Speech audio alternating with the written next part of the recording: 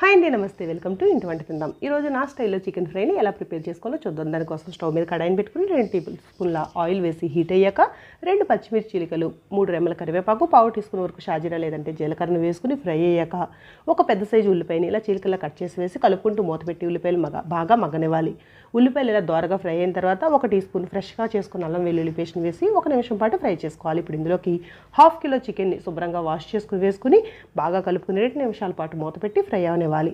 ఇప్పుడు ఇందులోకి రుచికి సరిపడా ఉప్పు, పావు టీ స్పూన్ పసుపు, 2 టీ స్పూన్ల కారం, 1 టీ స్పూన్ ధనియాల పొడి, 1 టీ స్పూన్ జీలకర్ర పొడి, 2 టేబుల్ స్పూన్ల పెరుగును వేసుకుని చికెన్ బాగా పట్టేలా కలుపుకుని మళ్ళీ మూత పెట్టి 2 నిమిషాల పాటు ఫ్రై చేసుకోవాలి. ఇప్పుడు ఇందులోకి 150 ml వరకు వాటర్ని వేసుకుని మళ్ళీ కలుపుకుని మూత పెట్టి ఉడకనివ్వాలి. ఇలా వాటర్ వేయడం వల్ల ఉప్పు కారం చికెన్కి పట్టి చికెన్ పీస్ అనేది జ్యూసీగా ఉంటుంది.